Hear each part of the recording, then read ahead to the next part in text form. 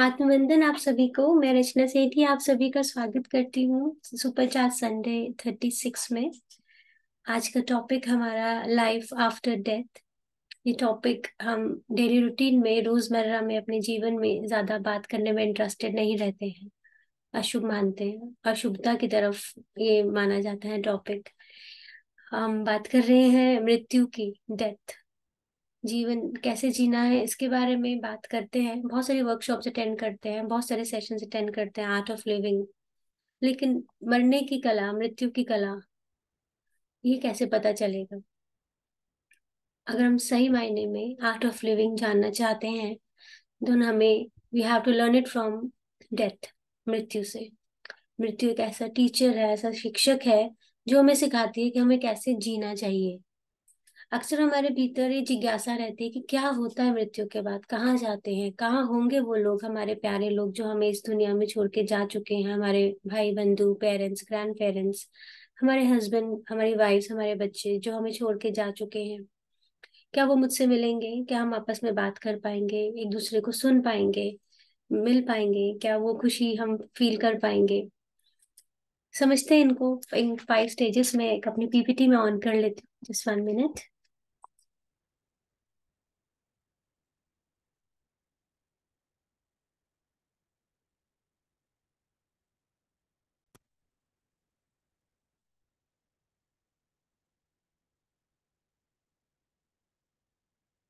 Life after death, मृत्यु के बाद का जीवन। तो इस बात को समझने के लिए, इस जीवन को समझने, जो लाइफ आफ्टर लाइफ है उसको समझने के लिए इनको 5 स्टेट्स में हम बात कर सकते हैं। सबसे पहले, जिस तरह से एक बेबी, एक बच्चा दुनिया में आने वाला होता है तो 9 महीने पहले हमें, लगभग 9 महीना पहले इंफॉर्मेशन मिल जाती है कि एक बेबी आ रहा है और हम उसकी तैयारी करना शुरू कर देते हैं। हम मदर को बोलते हैं अपना ध्यान रखें, अच्छा खाए, अच्छा पिए, अच्छा सुने, अच्छा टाइम व्यतीत करें बच्चे की ग्रोथ के लिए। और 9 महीने तक वेट करते हैं और उसे सेलिब्रेट करते हैं। ठीक उसी तरह से डेथ से पहले, 9 महीना पहले, हमें संकेत मिलना शुरू हो जाते हैं कि अब टाइम पूरा होने वाला है।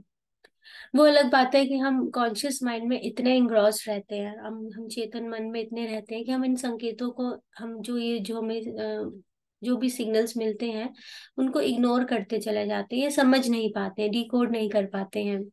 तो कि मृत्यु की जो डेट होती है, उसे 9 महीना पहले का जो टाइम होता है, जिस तरह से हम ट्रैवल करते हैं और हमारा ट्रैवल टाइम पूरा होता है और हम पैक करके अपना सामान वापस आने की तैयारी करते हैं।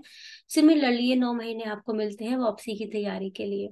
इसमें बहुत सारे संकेत हमें मिलते हैं लेकिन समझ नहीं पाते हैं, क्योंकि हम स्पिरिचुअली अवेकन नहीं होते हैं। जो लोग स्पिरिचुअली अवेकन होते हैं उनको इसके बारे में समझ आनी शुरू हो जाती है। अगर आप जानना चाहते हैं कि सृष्टि आपको क्या संकेत देना चाहती है, तो आपको उस व्यक्ति को जो मृत्यु के निकट होता है, जिसको डॉक्टर ने सपोज जवाब दे दिया कि अब आपके पास 2 महीना है, 1.5 महीना है, 4 महीने, 6 महीना है, तो आप ऐसे व्यक्ति के साथ जो है आप बात करें, उनसे वार्तालाप करें। वो व्यक्ति इस समय आपको एक संकेत, एक संदेश दे सकता है जो उस परमपिता का हो सकता है, जो आप ही के लिए हो। जो शरीर छोड़ रहा है उसके आखिरी कॉन्वर्सेशन को अगर आप याद करें, कोई आपका, कोई नियर एंड डियर वन, कोई आपके ग्रैंड पेरेंट्स, जो भी आपको छोड़ के जा चुके हैं, अगर वो चले जाते हैं और उसके बाद हम बात करते हैं कि हमारी लास्ट कॉन्वर्सेशन क्या हुई थी, तो कहीं ना कहीं हमें एक मैसेज मिलता है कि हम कहते हैं अरे शायद उनको पता था कि वो जाने वाले हैं। तो हमें ऐसी ऐसी बातें हम करना शुरू कर देते हैं कि उसने ऐसा क्यों बोला जाने से पहले, या ये क्या बोलकर गया, क्या हमें एक एक संदेश देकर चले गए हैं। तो आपको मौका मिलता है, अगर आपको किसी ऐसा व्यक्ति जो मृत्यु को समर्पित होने जा रहे हैं, तो आप और उनको आप देख पाते हैं। तो जैसे किसी की, अगर सपोज किसी की डेथ नियर हो और आप जानते हैं उनको, तो आपके पास मौका है। तो आपको ये भी पता चलता है कि वास्तव में मेरे साथ जाएगा क्या, क्योंकि मैं जिस चीज के लिए लड़ रहा हूँ, लड़ रही हूँ, ईगो को लेके आ रही हूँ, वास्तव में वो सब पाने लायक ही नहीं है। चीजें जिनके पीछे हम पड़े हुए हैं, वो चीजें मैटर ही नहीं करती हैं। वो चीजें हमें दिखती हैं सामने, एक इंसान जा रहा है और अपना सब कुछ छोड़ते हुए जा रहा है, तो हमें भी इस चीज की एक समझ आती है कि हम किस चीज के लिए लड़ रहे हैं। सो इसके बाद आता है नेक्स्ट टॉपिक, जो जिस तरह से 9 महीने पहले के बाद, हम ज्यादा इसमें डिटेल में बात नहीं करेंगे कि क्या संकेत होते हैं क्या होते हैं, लेकिन हाँ, जो डेट डिसाइड होती है, हर किसी ने जाना है, हर किसी की डेट डिसाइडेड है कि इसने इस डेट को वापस जाना है। तो होता क्या है, जो स्थूल शरीर होता है उसको छोड़ना ही केवल basically it's a death. Gita में श्री कृष्ण जी ने कहा है, जब हम सुबह उठते हैं, नए कपड़े पहनते हैं, शाम तक वो कपड़े मैले हो जाते हैं, हम आके बदल लेते हैं। ठीक उसी तरह से आत्मा भी स्थूल शरीर को धारण करती है। सो शरीर क्या होता है, धीरे धीरे ढलने लगता है। जब वो शरीर ढलने लगता है तो काया चेंज होने लगती है। हम छोटे से बड़े, टीनेज से अडल्ट, अडल्ट से बुढ़ापे की ओर जाते हैं। उस अवस्था में जाते जाते कई सारी काया पलट होने लगती है, जैसे चेहरे पे झुर्रियां आ गई, बाल सफेद होने लगे, शरीर धीरे धीरे ढलने लगता है। तो शरीर के भीतर इतनी शक्ति नहीं रहती कि वो आत्मा रूपी ऊर्जा, जो आत्मा रूपी जो एनर्जी है, उसको होल्ड कर पाए। इसलिए जिस तरह से शरीर, कपड़ा मैला होने लगता है, फटने लगता है, सीधा शरीर भी फटने लगता है। तो आत्मा को नया शरीर धारण करना ही पड़ता है, उस शरीर को छोड़ना ही पड़ता है। सो बेसिकली शरीर को लेना जन्म है और शरीर को छोड़ना मृत्यु है। केवल ग्रॉस बॉडी को छोड़ना मृत्यु कहा जाता है। इसके अलावा अगर हम ज्यादातर जीवन में अब मन में, हम अचेत मन में जीते हैं, मतलब कॉन्शियस माइंड में जीते हैं, और अपने स्थूल शरीर को ही अपना वास्तविक स्वरूप समझ लेते हैं। और अगर शरीर में, अगर हमारा शरीर नहीं रहेगा तो क्या होगा, मैं कहाँ रहूंगा, इस तरह के डर हमारे अंदर पनपने लगता है। तो जैसे डेली रूटीन में हम उठते हैं, ब्रेकफास्ट करते हैं, काम पर गए, लंच किया, काम खत्म किया, डिनर किया, घर आते हैं, डिनर किया, कई तरह की अवस्था से, विभिन्न प्रकार की अवस्था से पूरे दिन में गुजरते हैं। ठीक उसी तरह से आत्मा भी विभिन्न प्रकार की अवस्था से गुजरती है। और मृत्यु भी एक अवस्था है। जिस तरह से हम रात को सोते हैं डीप स्लीप में, तो आत्मा भी जब डीप स्लीप में होती है, that is a transition time. उस समय वो अपना शरीर बदलती है, तो उसको हम डेथ बोलते हैं, मृत्यु बोलते हैं। और आत्मा बहुत बार जन्म लेती है, बहुत बार मृत्यु को अनुभव करती है। इन सब से आत्मा पर कोई असर नहीं होता, हमारी वृद्धावस्था का, हमारी बीमारी का, हमारे काल अकाल मृत्यु का, किसी भी तरह का आत्मा पे कोई असर नहीं होता है। जिस तरह से सूरज, हम बचपन में पढ़ते हैं कि सूरज उगता है, सूरज डूबता है, और हम इस तरह से समझते हैं कि अब सूरज उग गया, सूरज डूबा, लेकिन एक्चुअली सूरज तो स्टिल है, वो एक ही जगह पे है। प्लैनेट्स अपनी पोजीशंस बदलते हैं, तो उनको ऐसा लगता है कि सूरज उगा या डूबा। तो बट सच क्या है, सच यह है कि सन इज स्टेगनेंट, वो एक ही जगह पे स्टिल है। सिमिलरली सच क्या है कि आत्मा ना मरती है, ना मारी जा सकती है, वो सिर्फ अपना शरीर बदलती है, नए नए शरीर धारण करती है। तो आत्मा कभी अस्त नहीं होती है। जब हम शरीर को छोड़ते हैं तो हमारी प्राण शक्ति जो है वो क्षीण होने लगती है। और उसके बाद हम दूसरी लाइफ में, सूक्ष्म जगत में प्रवेश करते हैं। जब हम फिजिकल बॉडी को छोड़ते हैं तो हमारी जो प्राण शक्ति होती है वो वीक हो लगती है, क्षीण होने लगती है। और हम मृत्यु के समय अगर कोई बात हमारे दिल में लगी रह जाती है, तो वो मृत्यु के अंत में, अंत के समय में वो हमारे साथ ही लगी रह जाती है, और वो प्राण जगत यानी एस्ट्रल वर्ल्ड में भी हमारे साथ ही प्रवेश कर जाती है। गीता में श्री कृष्ण ने ये भी कहा है कि मृत्यु के समय जो विचार होते हैं वो भूमिका बनाते हैं हमारे नए जीवन के लिए, अगले जीवन के लिए। इसलिए आप देखते होंगे कि जब किसी की मृत्यु होने वाली है तो उसे कहा जाता है कि सब बंधन छोड़ दो, दिल को हल्का कर दो, माफ कर दो। लेकिन दोस्तों, हमें इन चीजों का इंतजार नहीं करना है, हमें अंतिम क्षणों का वेट नहीं करना है। हमें समय पर रहते हुए इन्हीं चीजों को, अपने दिल को हल्का करते रहना चाहिए। इसलिए कहते हैं लेट गो करना सीखे। इतनी सारी फॉरगिवनेस और ग्रेटिट्यूड की हम मेडिटेशंस कर रहे हैं, वो इसीलिए कि at the time of the death हमारा शरीर डेंस ना हो, हमारे मन में इतने बोझ ना हो, इतने भाव का, इतने सारी चीजों का कलेक्शन ना हो, जिससे हमें एस्ट्रल वर्ल्ड में या स्पिरिट वर्ल्ड में जाने में प्रॉब्लम हो। तो इन चीजों को छोड़ना, अगर इन बातों को दिल पर लगा कर रखेंगे, तो उस मतलब जो भी कि उसने मेरे साथ ये किया, उसने ये कहा, मुझे मुझे ये बुरा लग गया, तो खुद से भी शिकायत, दूसरों से भी कंप्लेंट्स, ये हमारी ऊर्जा की शक्ति को और भारी कर देगा। जैसे एक बलून होता है, बलून ऊपर उड़ रहा होता है, लेकिन अगर उसके नीचे हमें कोई कंकड़ बांध दे या कोई पत्थर बांध दे तो बलून उड़ नहीं पाएगा ना। तो सिमिलरली ये जो कंप्लेंट्स होती हैं, ये हमारे शरीर को भारी कर देती है, डेंस कर देती हैं। आप मोह राग द्वेष भरा रहता है, तो अब अगर आप कभी भी किसी के पास्ट लाइफ रिग्रेशन के बारे में जाने, देखें, कोई केस स्टडी देखें, तो थेरेपिस्ट हमेशा जब पास्ट लाइफ में लेके जाते हैं तो उनके एंड मोमेंट पे जब उनकी डेथ होने वाली तो उनसे स्पेशली एक क्वेश्चन पूछा जाता है कि आपके मन में विचार क्या चल रहे थे उस समय, क्योंकि वो विचार आपके अगले जन्म का बेसिस बनता है। और इसीलिए ये सब पूछा जाता है कि अंत में विचार क्या थे। अब फॉर एग्जाम्पल कि अगर आपकी डेथ किसी भूखमरी की वजह से हुई, आपको खाना नहीं मिला, आप ऐसी जगह पे थे कि आप भूख के मारे मर गए, तो अगला जन्म जो आप जो वो जो डर आप लेके जाएंगे खाने ना मिलने का, अगला जन्म जो आपका जो आप प्लान करेंगे, वो ऐसा होगा कि जिसमें आपको दूर दूर तक कहीं कहीं भूख का सामना ना करना पड़े, मतलब आपको भूखा ना रहना पड़े। तो ये सारी वासनाएं स्थूल जगत में थी, वो सूक्ष्म जगत में भी ट्रांसफर हो जाती हैं।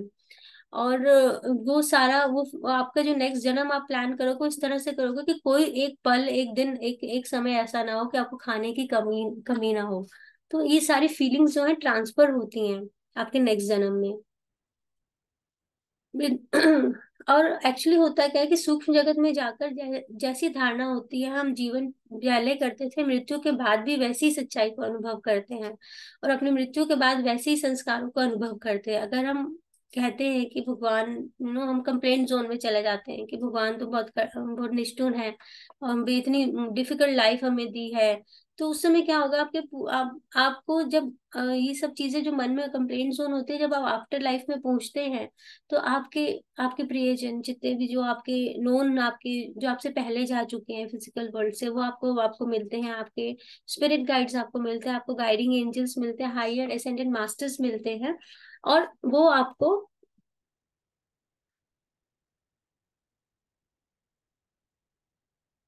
वहां पर समझाते हैं कि आप किस पर्पस से गए थे इस लाइफ में, क्या आपने किया और क्या करके आए, अगर जो पर्पस किया तो कितने परसेंट किया, और उसको पूरा इवेल्युएट किया जाता है, काउंसिल किया जाता है। और जैसे कि एक आप एक जब आप कभी भी प्लान करते हैं अपनी लाइफ पे, तो एक थीम पे प्लान करते हैं, एक थीम होता है, जिस तरह से हम मूवीज देखने जाते हैं, तो मूवी का एक थीम होता है कि पैट्रियोटिक मूवी है, कॉमेडी मूवी है, रोमांटिक मूवी है। इसी तरह से आपकी लाइफ का भी एक थीम होता है कि इस लाइफ में आपने क्या सीखना है, पेशेंस सीखना है, आपको ईगो को हटाने हटाने का सीखना है, आपने करुणा सीखनी है, आपने दया सीखनी है। तो इस तरह के जो चीजें होती हैं वो आपको प्लान करनी पड़ती है। तो जब हम शरीर छोड़ते हैं at the time of the death, तो हमारी जो ईगो होती है, अहंकार होता है, वो भी डाउन होने लगता है। और जब ईगो डाउन होती है तो दिमाग की बत्ती जलती है, अरे ये मैंने क्या कर दिया, मैंने करने कुछ और करने का सोचा था और करने के लिए जीवन लिया था, और ये सारा सारा सारा थीम चुना था, पर उस थीम को तो जिया ही नहीं, जिया तो इतना ही जिया और पूरे अप टू द मार्क नहीं किया। तो हम अपने आप को फिर समझने का उस समय कोशिश करते हैं। सो बेसिकली अपने रिश्तों को हम समझ पाते हैं जब हम ईगो को कम करते हैं और अपने थीम पर वर्किंग करते हैं। थीम मतलब पर्पस ऑफ लाइफ। सो आत्मा प्लान करती है कि जब जैसे अब नई नया नया जीवन लिया, तो आत्मा प्लान करती है कि जब मैं 5 साल का होऊंगा तो मेरी माँ चल बसेगी, तो तब मेरा जो पर्पस ऑफ लाइफ है वो प्लान जो है एक्टिवेट होगा। या मैं 20-25 साल का होऊंगा तो मेरा एक्सीडेंट होगा, मैं अपाहिज हो जाऊंगा। ये स्टोरी हम सब खुद लिखते हैं। और लेकिन जब हमारे साथ ये इंसिडेंट होने लगते हैं और हम भूल जाते हैं, तो हम भगवान को दोष ठहराना शुरू कर देते हैं कि वो पनिशमेंट समझ लेते हैं, कंप्लेन करना शुरू कर देते हैं, भगवान से विश्वास उठा लेते हैं। लेकिन जब सूक्ष्म जगत में जाते हैं तो पता चलता है, अरे यही तो मैंने ही तो प्लान किया था, स्टोरी हम ही तो लिखते हैं, कोई और रिश्ता ही नहीं, हम ही उसके नायक हैं, हम ही खलनायक है, हम ही निर्देशक है। नायक अगर हम उसको अच्छे से निभाते हैं, खलनायक अगर हम कंप्लेंट जोन में चले जाते हैं। स्टोरी हमने खुद लिखी है अपने लाइफ की, ये सारे इंसिडेंट्स हमने खुद चूज किया अपने लाइफ के। हर जन्म को बेहतर करने के लिए और बेहतर बनाने के लिए कठिन से कठिन हम जन्म लेते हैं। क्यों ऐसे लोग होते हैं जो पैदा होते ही अंधे होते हैं, या बहरापन होता है, या किसी बीमारी के साथ पैदा होते हैं, या बहुत गरीबी में रहते हैं, अपाहिज होते हैं। जैसे जैसे इन चीजों को हम चूज करते हैं तो अपनी लाइफ को और कठिन बनाते हैं, और उस अपने आप को ऊपर उठाने के लिए। लेकिन होता क्या है कि जब हम जन्म लेते हैं हम खुद ही भूल जाते हैं कि हमने ये स्टोरी लिखी है, और हम कंप्लेनिंग जोन में और नास्तिक बनना शुरू कर देते हैं, परम पिता से विश्वास उठा देते हैं कि मेरे साथ गलत हो रहा है और ये सब। लेकिन आपके गाइडिंग एंजल्स आपके साथ होते हैं आपको समझाने के लिए, लेकिन हम इतना कॉन्शियस नहीं होते अपनी स्पिरिचुअलिटी के लिए हम उन संकेतों को समझ सकें। और जैसे जैसे अवस्थाओं को अलग अलग प्रकार के शरीर को धारण करते हैं, ये शरीर से अनुभव लेते हैं, क्योंकि अनुभव से आत्मा सीखती है और आत्मा सीखने सीखने से ही अपनी तरक्की कर पाती है। जिस तरह से 10th में 12th में जाने 10 से 11 में जाने के लिए हमें बोर्ड्स की परीक्षा देनी पड़ती है। बोर्ड्स का परीक्षा एक हवा बना हुआ कि बोर्ड्स आ गया, बोर्ड्स आ गए। सिमिलरली वो परीक्षा, वो मुश्किल टाइम आपको उसी तरह से हमें जीवन में संघर्ष एक परीक्षा की तरह चुनते हैं। उसे पास होने पर अपने आप अपने स्वरूप को जान पाते हैं। आप अपनी आत्मा की गहराई में समझ रहे हैं और समझ पाते हैं आपको यह क्या क्या चीज आप लेकर आए थे, आपके जीवन के चैलेंजेस, आपके भीतर उठने वाले क्वेश्चंस को। जैसे बहुत सारी चीजें होती हैं कि जैसे आपकी मदर इन लॉ आपको परेशान क्यों करती हैं, आपके हस्बैंड आपकी बात नहीं सुनते, आपकी वाइफ आपको बहुत परेशान करती है, आपके बच्चे आपको बहुत परेशान करते हैं। तो कहीं ना कहीं ये चैलेंजेस आपकी लाइफ में आए और आपने अपने आप को जानना शुरू किया और आप यहाँ पर बैठे हैं और आप सारी ये बातें सुन रहे हैं और समझने की कोशिश कर रहे हैं अपने आप को, अपनी आत्मा को, अपनी लाइफ से पर्पस को। तो अब जब नेक्स्ट लाइफ प्लान करते हैं तो अब थीम चूज करते हैं। जैसे पिछले जन्म में फॉर एग्जांपल आवेश में आके, गुस्से में आके या इम्पेशेंट होकर आपने कई सारे लोगों को पीड़ा दी हो। और मृत्यु के अंत में आपको, अब जब ईगो बाहर आती है तो आपको समझ में आता है अरे मैंने तो बहुत सारे लोगों का दिल तोड़ा है। आप बहुत सारे, हम बाहर से तो दिखाते हैं हम बिल्कुल ठीक है, लेकिन इंटरनली हम जानते हैं कि हमने किसके साथ क्या किया हुआ है। और उस समय हमें ये सब बातें दिखनी शुरू हो जाती है। अरे मैंने आवेश में आकर मैंने कितने लोगों को परेशान किया। फिर अब नई स्टोरी लिखते हैं, पुराने जीवन में उन लोगों को कितनी टेंशन दी, खुद को स्ट्रेस किया आवेश में आकर। तो नेक्स्ट लाइफ जो नेक्स्ट थीम होगा वो मेरा पेशेंस के ऊपर होगा।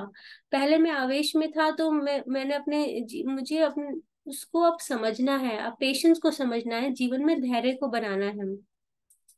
जैसे हर हर एक चीज का एक थीम लेके हम पैदा होते हैं, उसी पे ही हमें हमारी लाइफ के इंसिडेंट्स हम प्लान करते हैं। और होता क्या है कि जब हम